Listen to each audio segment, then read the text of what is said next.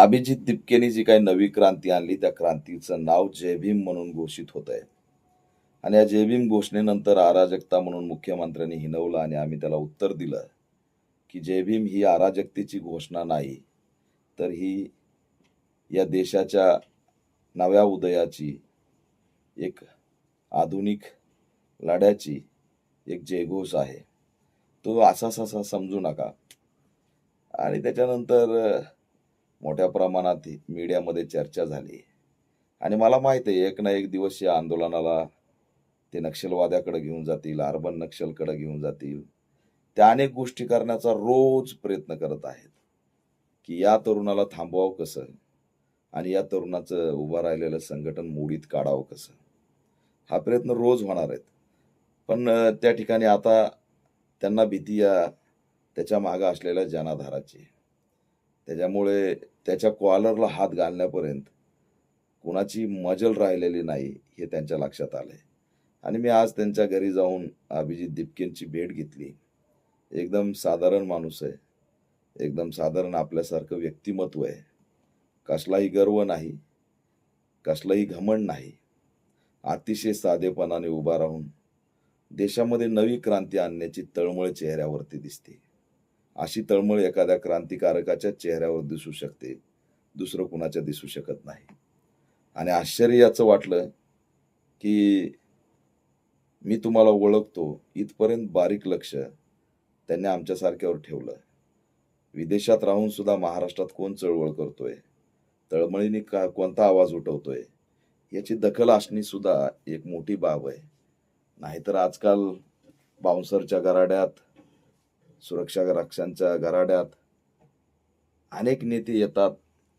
त्या ठिकाणी त्यांच्या भेटीच्या संदर्भातले अनेक किस्से होतात. पण हा आमचा गडी तात्काळ भेट दिली, अनेकांशी भेटला, अनेकांना चर्चा केली. तर अशा स्वभावाचा युवक जर पुढे येत असेल तर त्याला आपण साथ दिली पाहिजे. पण आमच्याकडे संकुचित वृत्ती खूप जास्त आहे. एखाद्याचं नेतृत्व स्वीकारायचं नाही. एखादा सर्वसामान्य कुटुंबातला व्यक्ती जर क्रांती करण्याचा प्रयत्न करत असेल तर ती चूक यांना इथल्या प्रस्थापित घटकांना, विस्थापितांचा चेहरा कधीच आवडलेला नाही. प्रस्थापितांच्या विरोधात लढत असलेले हळूहळू ते कधी प्रस्थापित होतात हे सुद्धा कळत नाही. त्याच्यामुळे अभिजित दिपके यांना मी जाणीवपूर्वक भेटलो की महाराष्ट्रातली आंबेडकरी चळवळ ही संकुचित नाही. तुम्ही लढताय, तुमचा सन्मान करून तुम्हाला बळ देऊन आम्ही सुरक्षा करू असं सुद्धा शब्द दिलाय. तुम्ही हा जय भीमचा नारा बुलंद करा आणि मोठ्या ताकदीने चळवळ उभा करा. नक्कीच कोणत्या तरी टप्प्यावर आपण सोबत असणारच आहे. त्यांनी मला पुण्याच्या आंदोलनाला सुद्धा इन्व्हाइट केलं. मी सांगितलं आरक्षण बचाव यात्रा सुरू आहे आणि वेळ असेल तर मी नक्की येईल. वेट अँड वॉच करतोय, बारकाईने बघतोय आणि बरं वाटलं या तरुणाला भेटून. माझा भेटण्याचा उद्देश की आम्ही संकुचित नाही आहेत.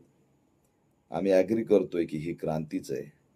4 दिवसात 20 मिलियन लोकांनी डोक्यावर घ्यायचं आणि सरकारला चॅलेंज करून जंतर मंतरवर जय भीमचा नारा देत हातात बाबासाहेबांचं पुस्तक घेऊन भारतात एंट्री करायची.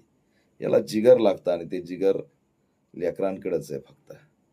आमचा बापच एवढा ग्रेट होता की त्याचे लेकरं सुद्धा आता ग्रेट होत आहेत. याचा सार्थ अभिमान वाटतो.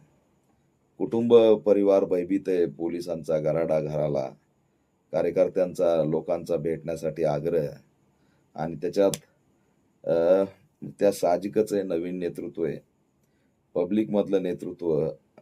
ह्या सगळ्या गोष्टीला सामोरं जाऊ शकतं. पण विदेशात शिकून एक चळवळ चालवणारा हा वाघ आताच लोकात आलाय, रमतोय, समजून घेतोय, चेहरे वाचतोय.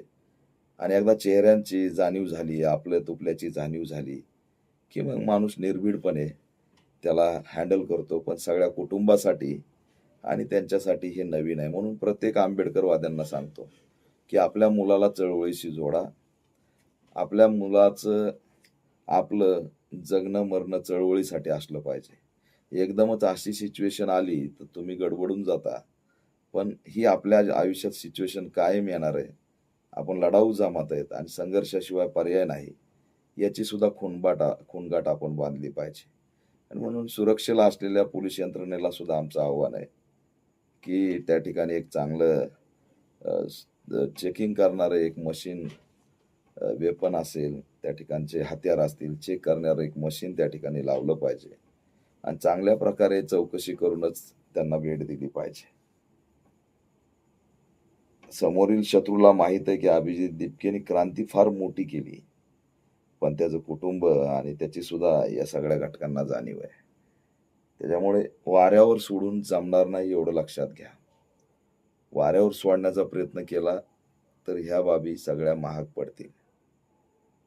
अपेक्षा करतो की नक्कीच लोकांनी जोडावं, लढावं आणि या नव्या व्यक्तिमत्वाला साथ द्यावी.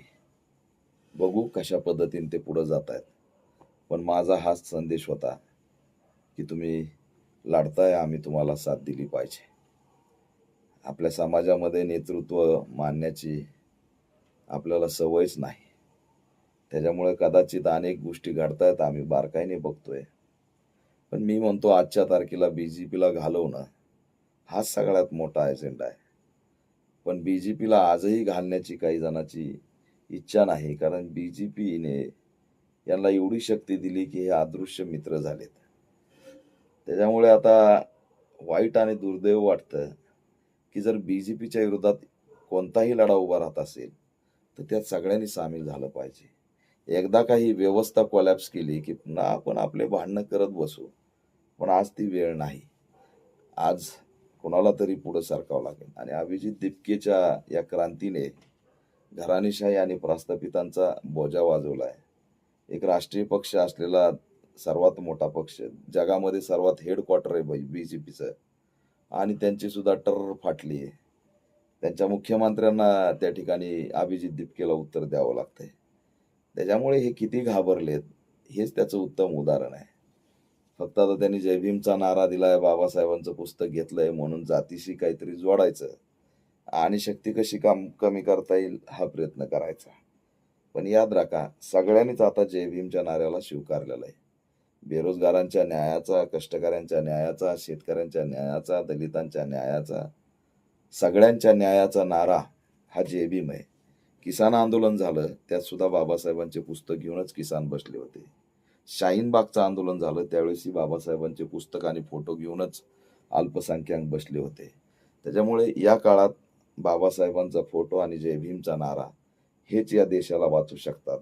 देश आज अराजकतावादी लोकांच्या त्या ठिकाणी बळी पडतोय. त्यांना क्रॅक करून या ठिकाणी आपण पुढे आलं पाहिजे आणि जय भीमचा नारा देत या देशात नवी क्रांती घडवली पाहिजे.